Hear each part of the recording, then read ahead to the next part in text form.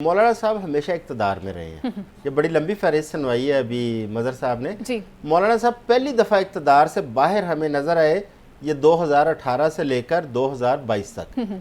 ये जो 3.5 साल हैं, ये 3.5 साल मौलाना साहब को बाहर गुजारने पड़े और उसके बाद PDM हुकूमत आई, मौलाना साहब फिर लाओ लश्कर के साथ इक़्तिदार में आए।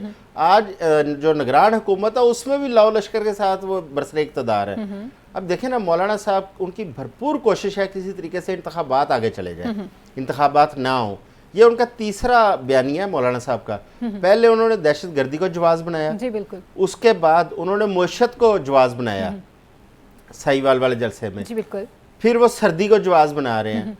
मौलाना साहब बरलास साहब ने सही निशानदेही कि वो भूल जाते हैं। चले 1970 में तो उनके वाला साहब ने इलेक्शन लड़ा, वो भी शदीद सर्दी में दिसंबर के अंदर हुआ था। 1985 का इलेक्शन फरवरी में हुआ था। 1997 का इलेक्शन फरवरी में हुआ था। 2008 का इलेक्शन फरवरी में हुआ था। तो क्या फरवरी में बर्फ नहीं पड़ती थी?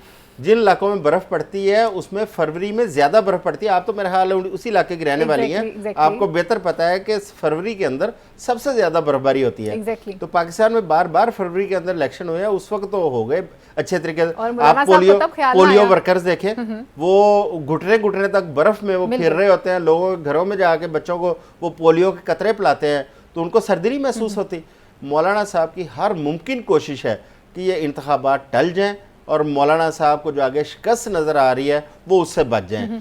लेकिन मेरा ख्याल है कि मौलाना साहब इसमें कोई कामयाबी उनको नज़र नहीं आ रही। उसकी वजह जो नैब के केसेस खुले हैं उसमें शायद उनके बेटे के केसेस भी खुलने जा रहे हैं। इनके हवाले से आजम साहब ये खबरें भी थी कि इन्होंने अपने घर वालों के नाम पर, अपने भाइयों के नाम पर बड़े गैर कानूनी तरीके से कुछ ज़मीनें भी रखी थी जी। कुछ केसेस खुलने जा रहे हैं जिसमें मवासलात की मिनिस्ट्री जो एंजॉय की है उसके भी कुछ स्कैंडल सामने आ रहे हैं। उससे पहले मुल्तान की जो ज़मीन है, मुल्तान की शहर के अंदर जो जायदाद है उसके भी कुछ सामने आ रही हैं चीज़ें।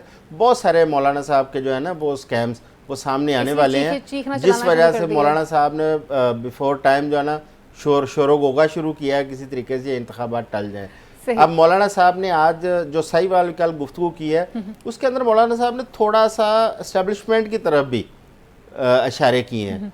देखें, ये वही बात है जिस तरह मियां नवाज शरीफ ने पहले कुछ लोगों, कुछ अफसरों को या एस्टेब्लिशमेंट को उसको इशारा दिया कि ये लोग जो है इन्होंने 2018 के इंतखाबात में ये कुछ किया, इन्हें इंसाफ के कटहरे में लाया जाए। अगले दिन मियां नवाज शरीफ ने अपना बयानिया तब्दील कर लिया। फिर वो वोट को इज्जत दो उन्हें याद आया, लेकिन फिर हट गए उससे। मौलाना साहब समझ रहे हैं कि शायद वो भी नवाज शरीफ की तरह इस तरह का डरा के धमका के कोई अपना मकसद हासिल करेंगे। लेकिन मेरा ज़ाती ख्याल है कि इस वक्त मैं बार बार ये कह रहा हूँ, पाकिस्तान में जो बैलेंसिंग एक्ट चल रहा है उसके अंदर अगर वो शुरू हो चुका है तो कोई नहीं बचेगा, सब उसके नरगे में आने वाले हैं।